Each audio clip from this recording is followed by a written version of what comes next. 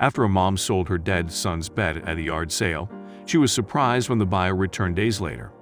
Then, he shocked her even further when he told her to look in the trunk. That's when she began to cry. Valerie Watts, a young mother from Cokato, Minnesota, tragically learned firsthand how difficult it is to lose a child. During her 9th month of pregnancy, everything was prepared for the birth of her son. But then, just a few days before her due date, she felt something was wrong. Unfortunately, her mother's intuition was right. Valerie sensed something wasn't right when her son had stopped moving in her womb. Unbeknownst to Valerie at the time, her son's umbilical cord had become pinched in utero, cutting off his supply of oxygen and nutrients. The baby, who she named Noah, died in her womb, and the devastated mother later delivered him stillborn, a circumstance many can hardly imagine. Sadly, Valerie had to live through every mother's worst nightmare. After her son's tragic passing, Valerie Watts struggled with what to do with Noah's belongings. An entire nursery was ready for a baby who never made it home. For over a year, his room remained untouched. Then the mourning mother finally had a yard sale, where she eventually agreed to sell the crib she had so anxiously hoped to use when she welcomed her son home, a reality that never came to be. Originally, the crib wasn't for sale, but when a man named Gerald Cumpula spotted it, he immediately asked Valerie how much she wanted for it. He had big plans for it without knowing the story behind it. With hesitation, Valerie finally agreed on a price and let go of the last physical reminder of her son. Soon, Gerald was on his way with her deceased son's crib in hand, not knowing what had happened to the boy that the bed was meant for. However, before Gerald left, Valerie had told Noah's story to Gerald's wife. While chatting with Valerie Watts, Gerald's wife had asked how old her son was after seeing the crib and some tiny clothes at the yard sale.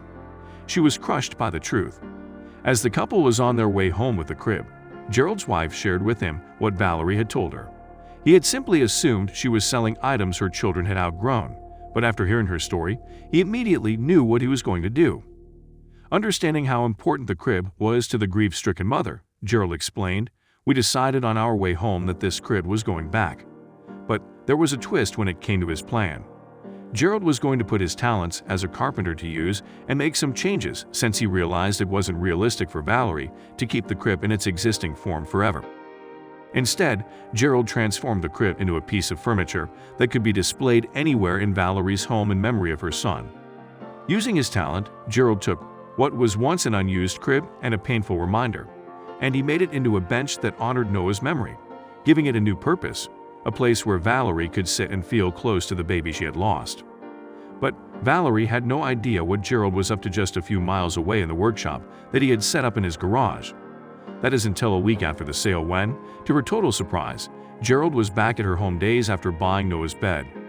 With him was the crib turned bench, and Valerie started crying the instant she saw the precious gift. "It's amazing, and there's good people out there. There's proof," Valeria said, referring to Gerald and the bench he created for her. There are many parents who unfortunately know how it feels to be in Valerie's shoes.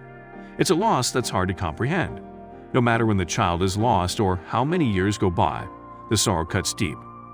Finding comfort afterward is not an easy task, and those closest to the family who suffered such a tragedy even struggle to know what to do or say to offer support.